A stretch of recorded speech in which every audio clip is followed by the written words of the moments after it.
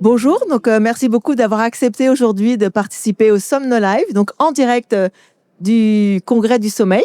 Merci de m'avoir reçu. Donc tu as présenté tes résultats aujourd'hui et tu as parlé d'un sujet passionnant qui sont les astrocytes dans le VLPO.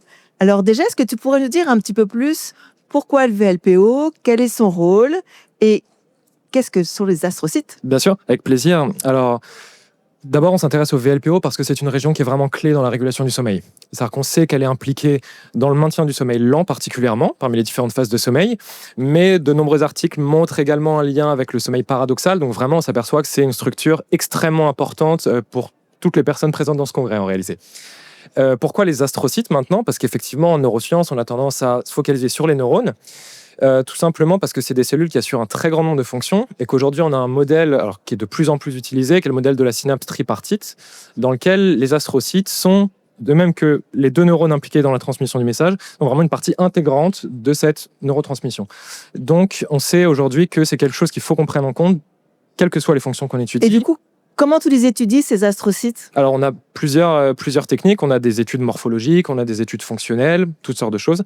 Là, pour ce projet en particulier que j'ai présenté dans ce congrès, on étudie en fait plusieurs types astrocytaires présents dans le VLPO. Donc, d'abord, on a eu une approche morphologique, puisqu'il s'agissait de définir ces différents types. Quelles étaient leurs particularités, où est-ce qu'on allait Ils ont des formes un peu trouver. différentes. Voilà, c'est ça. On a trouvé par exemple effectivement qu'on avait des astrocytes qui étaient avec deux somas, donc deux noyaux presque apposés un contre l'autre, presque collés, donc un petit peu contraints spatialement. Des jumeaux? Presque des jumeaux, on les appelle des doublets, mais c'est effectivement assez proche de ça, qui ressemblent un petit peu à des cellules en division d'ailleurs. Et on a vu également d'autres types, comme les astrocytes à long prolongement, comme on les appelle, alors c'est assez étonnant parce que les astrocytes ont beaucoup de prolongements, de ramifications. Et là, on a vraiment un long prolongement sur plusieurs centaines de micromètres. Donc, pourtant, je croyais que les astrocytes avaient des domaines confinés. effectivement, c'est ce qu'on pensait aussi. Et quand on a découvert ce type astrocytaire, ça nous a beaucoup étonnés. Donc, on a tout de suite fait l'hypothèse que ça pouvait permettre de contacter éventuellement des régions plus lointaines, des structures plus lointaines. Alors, ça, c'est très difficile à voir. Mais en tout cas, ce qu'on a pu voir et confirmer, c'est qu'ils traversaient des domaines astrocytaires distants.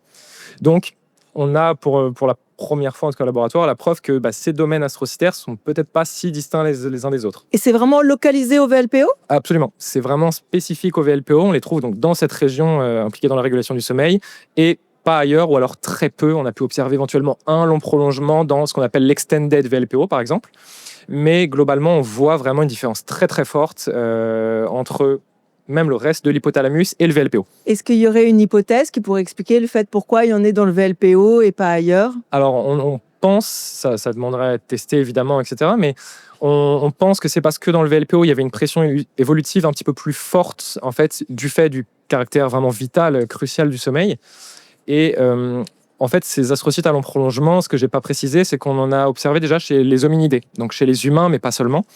Et Ah oui, c'est que chez les souris qu'il y en a dans le VLPO. C'est ça, pour l'instant. Et donc là, comme voilà, on en a observé seulement donc dans le VLPO chez la souris et ailleurs chez les hominidés, on a émis l'hypothèse qu'effectivement, c'était peut-être dû à une pression de sommeil liée justement au caractère essentiel du sommeil qui avait pu favoriser l'apparition de ces cellules particulières qui, on l'a montré, pourraient avoir un rôle dans la synchronisation du réseau d'astrocytaires et donc tout le fonctionnement du VLPO en réalité.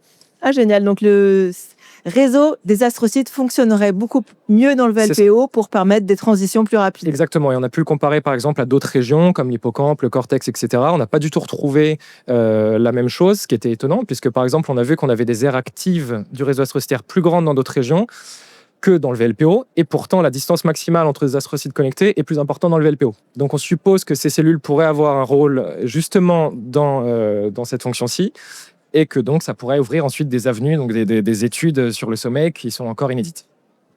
Passionnant, merci beaucoup. Et pour en savoir plus, n'hésitez pas à regarder en replay donc, la session de Félix Bélier, qui est maintenant en fin de thèse, je crois. En 4e année, c'est ça. Donc, bon courage pour la fin de thèse. Merci beaucoup. Merci, au revoir.